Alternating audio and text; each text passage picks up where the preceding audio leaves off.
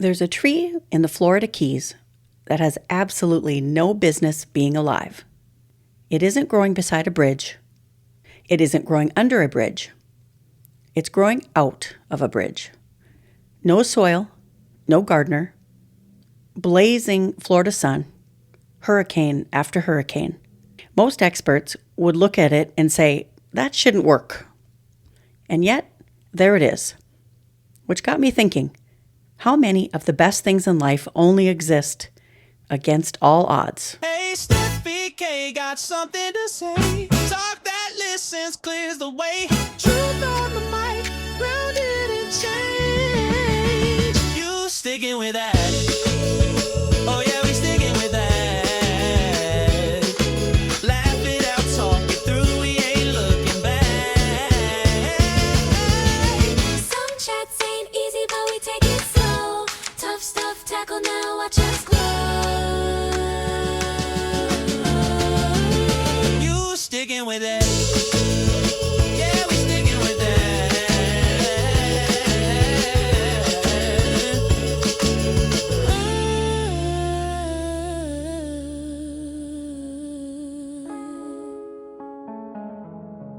So I stumbled across this story about Fred the tree. If you've driven through the Florida Keys, you've probably seen him sitting out there on the old bridge like he owns the place. And honestly, maybe he does. Here's the crazy part. Nobody planted him. Nobody really knows how he got there. He's growing out of abandoned concrete.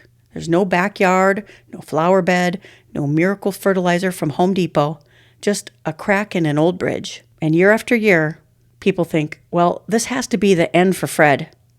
And Fred just quietly keeps growing. And I love that. Fred isn't just some random tree people noticed one day. He became a Florida Keys celebrity. He's got his own Facebook page. Locals decorate him with Christmas lights every year.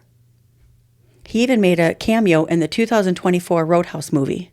And if that wasn't enough, also in 2024, Florida Keys musician Howard Livingston and the Mile Marker 24 band wrote a song about him called Fred the Tree. Now that's when you've officially made it. Most of us are hoping somebody remembers our birthday. Fred got his own theme song. And the chorus says, Fred the tree, lives on a bridge above the sea. Against all odds, he grows and grows. How he does it, nobody knows. I think that's all any of us are trying to do. Keep growing, even when nobody can explain how we're still standing. And here's a couple of fun facts. The tree is actually an Australian pine, which isn't even a true pine tree.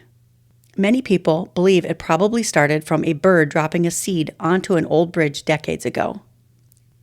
And that got me thinking. Character grows the same way. It's easy to keep your word when life is easy. The real test comes when keeping your word actually costs you something. My brain took one of its famous Steffi K detours, and I started thinking about growing up in the Midwest. People would talk about a farmer's handshake, and a farmer's handshake meant something. It meant everything. If you shook on it, that was good as gold. You knew the word would stand, and they would make it happen. Now, before everybody from New York, California, Texas, Florida, or wherever you're listening starts writing me, I'm not saying that the Midwest had a monopoly on good people. Every town has saints. Every town has knuckleheads. What I'm talking about is what people admired. Integrity, dependability, showing up. If you told your neighbor you'd help Saturday morning, you'd be there. I remember hearing businesses liked hiring people from the Midwest because they showed up, worked hard, and did what they said they'd do. Whether everyone lived up to that isn't really the point. Those were the values people respected. Today we've got contracts, waivers, terms and conditions, privacy notices. I'm convinced Apple updates theirs every Tuesday just to see if anybody notices. We don't. Now, don't misunderstand me. Contracts absolutely have their place. They protect people. But imagine if they were the backup plan instead of the starting point. Because trust, just like Fred, grows against all odds. This week, I had a conversation at a coffee shop that I like to go to right before I went on a walk. The gal Robin was telling me that her family's planning a reunion next summer. Then she got quiet. She said so many of the older generation has passed away. We just don't stay connected anymore. And that one stuck with me. Families usually don't fall apart because somebody gets angry.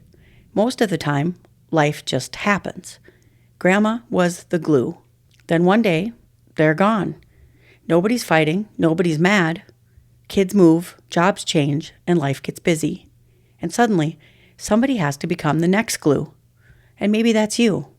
Maybe it's me. Perhaps family doesn't stay connected automatically. Maybe somebody has to keep reaching out. Against all odds. Make life fun again. Joy grows against all odds too. I saw this video that absolutely cracked me up. A guy had a tradition with his neighbor across the hall in an apartment building. And whenever one of them came home, they'd ambush the other with Nerf guns.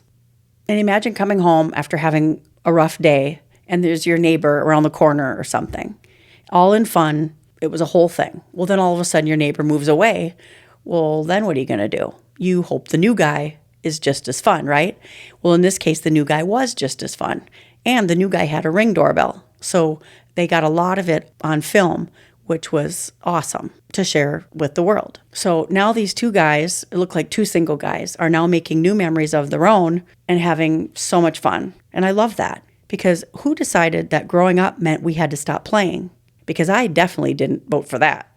Maybe this week we wave first, smile first, laugh first, invite first. And perhaps somewhere between paying bills and folding laundry, we forgot how to play. Maybe it's time to bring that kid back. Against all odds. Here's my challenge this week. Don't create a business or $1 million idea. Create a moment. Maybe smile at your neighbor across the hall. Call your friend. Write a handwritten note. Invite somebody to dinner. Plan a little get-together. Be the first to apologize. Be the first to care. Maybe someone you know is hanging on by one little root. You may never know, but maybe, just maybe, you become their Fred. For my Steffi K thought of the day, I have this. So I had something happen to me this weekend that's never happened before.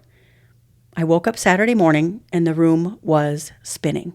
Well, let me be clear. That maybe has happened before. But after some crazy night with the girls, this was not what happened. This was vertigo. I've never had it before. My first thought wasn't, why is this happening? My first thought was, how do I make this stop?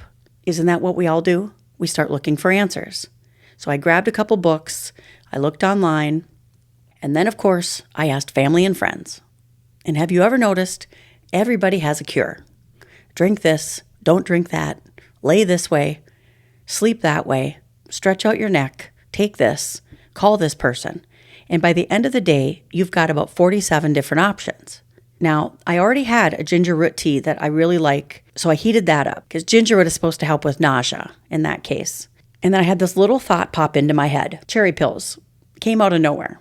I call it a God revelation, a God rev. Some people might call it a download, so maybe we can make God rev cool. Anyway, I hadn't read it anywhere. I just had a feeling. So I stopped by the health food store and picked up some tart cherry liquid. Ironically, it was sitting in the sleep aid section. I came back and mixed a couple tablespoons into my tea, and when I woke up a couple hours later, I was feeling so much better. The vertigo was basically gone. I just had a little bit of an upset stomach. So then, me being a bit of a Togo expert, turn off everything, go outside, I brought my butt to the beach and sat in a lawn chair in the ocean, in the sun, until I felt better. So maybe an hour and a half later, I was almost back to normal between all that and very grateful. So between everything, was it the tea? Was it the addition of the cherry? Was it the nap, the beach?